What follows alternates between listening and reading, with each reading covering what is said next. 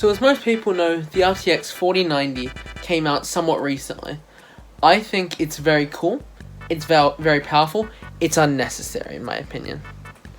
I would like to pitch to you, I don't think the average person needs more than an RTX 2060. I'd like to clarify. And I'd like to pitch to you why. I would like to clarify, I don't mean that everyone should be running a 2060. 3060 is fine, 3090 is fine. I've got a 3060, but I do think that the 4090 is unnecessary. This is an RTX 2060 that I got for only, crikey, $230 AUD, so that's even less in USD. I got it secondhand, pretty cheap. The average gamer doesn't need more than this in my opinion. For clarification on the difference, an RTX 4090 in AUD is about $3,000 at minimum. The 3090 Ti Founders Edition is cheaper. But brand new high-end graphics card, of course it's going to be more expensive. Everyone kind of expected that. But is it necessary? I'm going to be benchmarking an RTX 2060 against it, running a few games on it, and seeing how it compares up, and seeing how it goes. I will admit, I myself don't have a 4090, so I will be relying on online specs, but that should be pretty consistent. This is less about, is the 4090 competent enough? Of course it is, it's a 4090. And more, will an RTX 2060 do the trick? Do you need more than that? I've hooked the RTX 2060 up to my test bench, which admittedly itself is not a strong machine. It's an X58, 8GB of DDR3 RAM, an Xeon X5675. It itself is not a massively strong machine, but I'm going to show you that for the price to performance, you don't need that massively strong machine. Yeah, the graphics card I think is the main issue, but you don't need a strong machine in general. I think that budget gaming is such an underrated thing. So, on TimeSpy, this RTX 4090 system on the 3D Mark website says that it scored 28,000, with the graphics score on that being 38,000.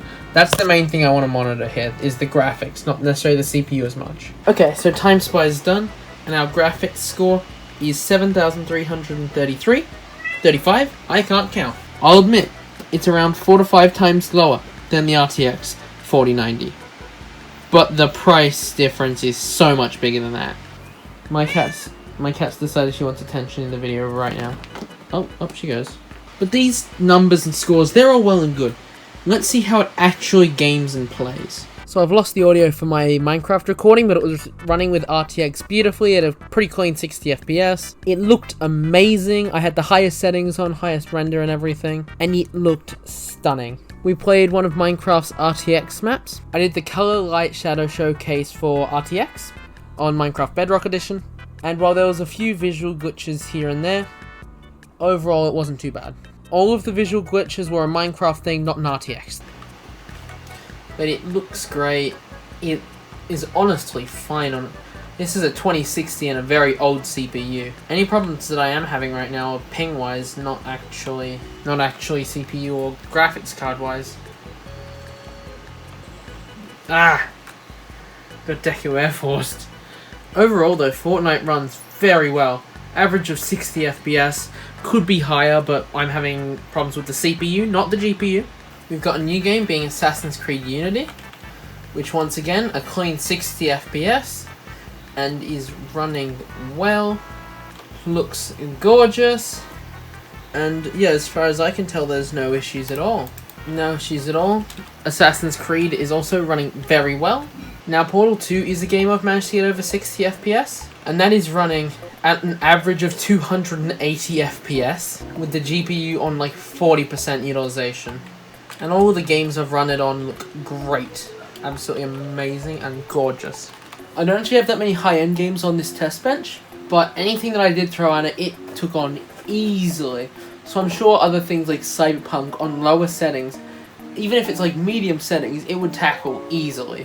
And I'll admit, as nice as this 2060 is, some people do just want some extra performance. And while I do have a 3060 over there, I figured, no. And so I called up my friend the Red Kite, who has a RTX 3080 and a well-balanced system to go with it. And I got him to record me some footage with a frame rate counter. So I got someone I know, the Red Kite, to film a few of his things, because he's running an RTX 3080. I will put the rest of his specs on screen, but the 3080 is the thing we really want to focus. He ran a test on Minecraft using the, once again, Color Light Shadow Showcase on RTX with absolute max settings. He ran that at about 30-ish FPS, which while it might seem a lot lower than what I had, at the same time, an RTX 3080 has a lot of other options you can crank up, so it looked a lot better than the RTX 2060. So if he brought it down to a similar level of the RTX 2060, it would be flying. Fortnite ran at a very clean 60 FPS, and admittedly he did forget to tune up to unlimited frames, so he could have gone higher.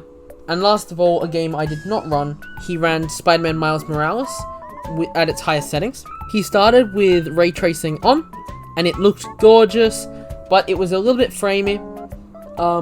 But it looked gorgeous. If you turned a few other settings down, I'm sure it would be a lot less framey. But he also ran it without RTX on, and its frames were far more consistent. Still looked amazing, and just overall looked great. Once again, about a 60 FPS average once he had turned off RTX. I'll play some of both my footage and some of Kite's footage next to each other, because we both did Minecraft and we both did Fortnite. I didn't have my capture card set up, sadly, but overall, the 3080 did look a lot better than the 2060, and overall also ran a lot better, and when it didn't run better, it's because its high settings were so much higher. Like the Minecraft RTX, it looked a lot better. I've also pulled some footage from an RTX 4090 off the internet. If you want to know where I got it, it'll be above on the footage, but you can see the difference between Fortnite, between the 2060, the 3080, and the 4090. I also put up a comparison between the 3080 and the 4090 for Spider-Man Miles Morales RTX on. In my opinion, as you can see from the comparison, while the 4090 I will admit probably does look better and is a little bit less framey, the 3080 is more than adequate in my opinion. So TLDR, do I think the RTX 4090 and 40 series is useless? I wouldn't say useless as I would say unnecessary.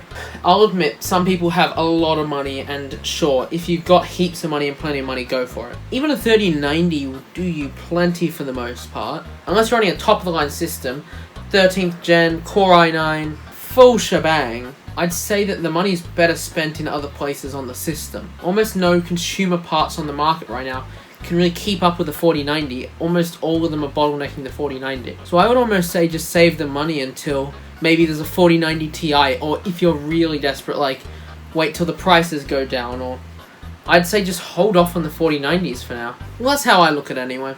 I reckon the absolute least you need for really high-end gaming, things like Cyberpunk, is probably an RTX 2060. You could probably get away with like a GTX 1650. But an RTX 2060 is what I recommend. I reckon the 30 series would do you well as well, but at least hold off on the 4090 series. I'm not saying that they're useless, I'm just saying hold off. Anyway, if you enjoyed this video and have some opinions on the topic, make sure to leave them in the comments. I want to hear your opinions. And if you want to see more tech videos like this, please make sure to like and subscribe. I'm a small and a newish creator, and it would help out a ton. Really appreciate it. I really hope you enjoyed the video, and I'll see you in the next one. Bye bye.